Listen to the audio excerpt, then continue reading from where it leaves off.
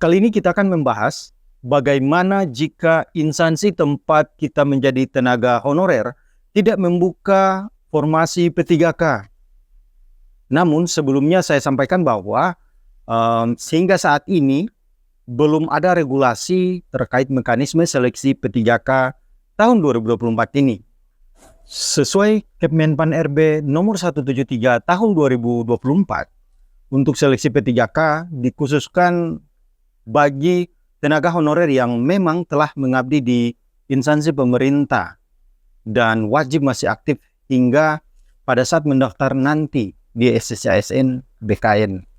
Nah, sebelumnya nanti yang membuktikan bahwa yang bersangkutan masih aktif atau tidak sebagai tenaga honorer adalah surat keterangan dari pimpinan unit kerja masing-masing.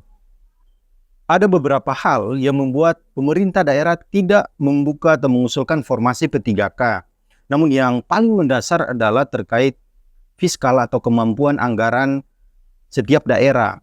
Nah, sebagaimana amanat Undang-Undang 1 tahun 2022 bahwa pemerintah daerah wajib mengalokasikan maksimal 30% dari total APBD untuk belanja pegawai.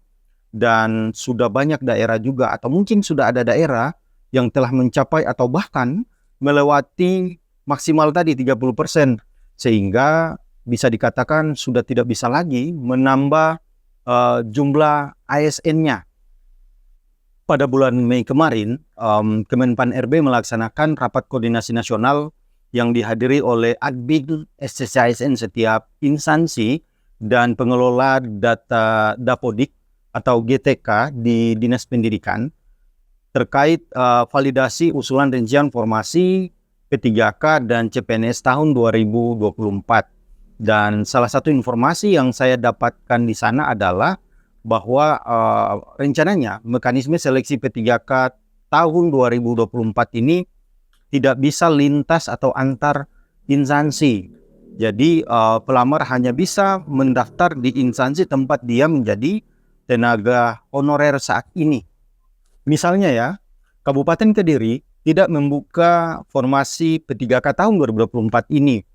Sehingga honorer yang mengabdi di Kabupaten Kediri tidak dapat mendaftar P3K di provinsi, kabupaten atau kota lainnya. Karena setiap instansi diberikan tanggung jawab untuk menyelesaikan tenaga honorernya masing-masing. Jadi dengan kata lain, honorer yang mengabdi di Kabupaten Kediri tadi tidak dapat mengikuti seleksi P3K pada tahun 2024 ini. Sekarang pertanyaannya adalah bagaimana nasib bagi tenaga honorer yang tidak bisa mengikuti seleksi P3K pada tahun 2024 ini.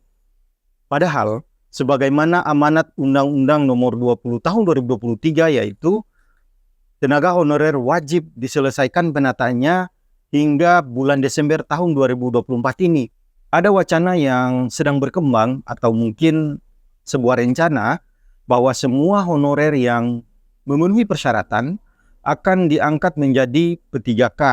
Ada yang P3K penuh waktu dan ada P3K paruh waktu.